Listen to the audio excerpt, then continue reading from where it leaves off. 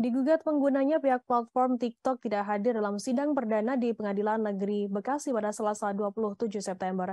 Bertempat di ruang sidang lantai 2 PN Bekasi, Jalan Pramuka, Kelurahan Marga Jaya, Kota Bekasi, penggugat Multan Letlet hadir bersama tim pengacaranya.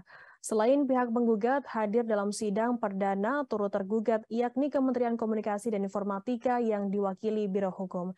Informasi lebih lengkapnya akan disampaikan oleh rekan jurnalis kami dari Tribun Jakarta, ada Yusuf Bahtiar yang akan melaporkannya. Silakan rekan Yusuf. Selamat siang Tribuners dan juga Firda. Bisa saya sampaikan warga Bekasi bernama Mulkan Letlet yang juga seorang praktisi hukum menggugat platform TikTok ke Pengadilan Negeri Bekasi.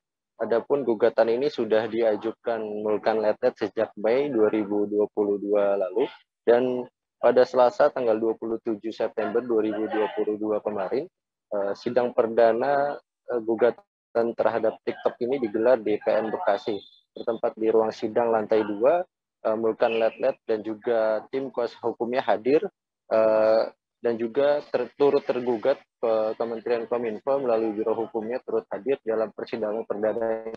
Namun jalannya persidangan terpaksa ditunda. Hakim dari Pengadilan Negeri Bekasi memutuskan untuk menunda sidang lantaran tergugat utama yakni platform TikTok tidak hadir dalam panggilan sidang perdana hari ini kemarin.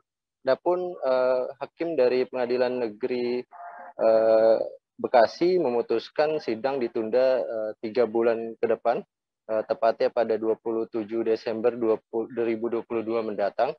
Diharapkan platform TikTok dapat memenuhi panggilan sidang atas gugatan ini. Adapun kasus gugatan terhadap platform TikTok dilayangkan Mulkan Letlet yang juga seorang praktisi hukum ke Pengadilan Negeri Bekasi lantaran akunnya yang bernama tiktok.okan diblokir secara sepihak oleh TikTok.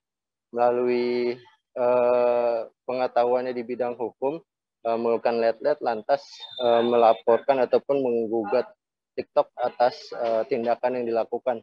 Berdasarkan pemahaman Mulkan Letlet, platform TikTok telah melanggar undang-undang karena telah melakukan pemblokiran secara sepihak tanpa sepengetahuan pemilik akun, lantaran pemilik akun sempat memposting beberapa unggahan yang berbau kritik terhadap pemerintah ataupun isu sosial yang sedang marak terjadi kala itu. Adapun Mulkan Letlet dalam gugatannya meminta TikTok mengganti rugi sebesar 3 miliar rupiah dan juga dalam gugatannya Mulkan Letlet meminta agar TikTok Indonesia membuat kantor di wilayah Indonesia karena seperti diketahui TikTok Indonesia belum memiliki kantor ataupun perwakilan di Indonesia, sementara perwakilan kantor TikTok Indonesia berada di Singapura, begitu Firda. Baik, terima kasih rekan jurnalis dari Tribun Jakarta Yusuf atas laporan Anda. Selamat bertugas kembali.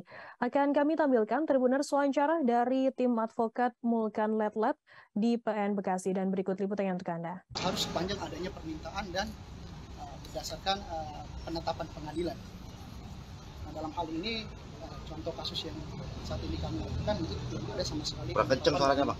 Kurang kencang. Pengadilan. Mungkin gambaran jelasnya itu yang bisa saya sampaikan. Mungkin langsung Mulkan bisa menambahkan sedikit informasi terkait dengan perbuatan hukum yang kita ajukan ini. Ya. Suara. Ya, oke. Sebelumnya terima kasih buat teman-teman hari ini meliput perkara ini. Perkara ini bermula dari yang tadi seperti disampaikan bahwa ada pembatasan atas postingan saya sendiri. Pembatasan itu terkait dengan lebih ke mengkritik kebijakan pemerintah. Di postingan pertama di tanggal 11 Februari dibatasi tidak ada viewernya, sedangkan di sosial media yang lain masih terlihat. Kemudian di postingan selanjutnya saya mengkritik kebijakan dari Menteri BUMN Erick Thohir terkait dengan kebijakan toilet gratis. Toh itu nggak berimpact pada masyarakat, lebih penting harusnya membicarakan subsidi BBM gitu. Dan di situ sudah dikategorikan aksi berbahaya, padahal kan saya naik di sunroof mobil Alphard gitu, yang notabene-nya dalam postingan TikTok yang lain lebih berbahaya lagi, tapi dikategorikan postingan berbahaya. Dan selanjutnya postingan saya yang terakhir tuh terkait dengan suara dari 3 periode Jokowi walaupun diedit, itu langsung di take down.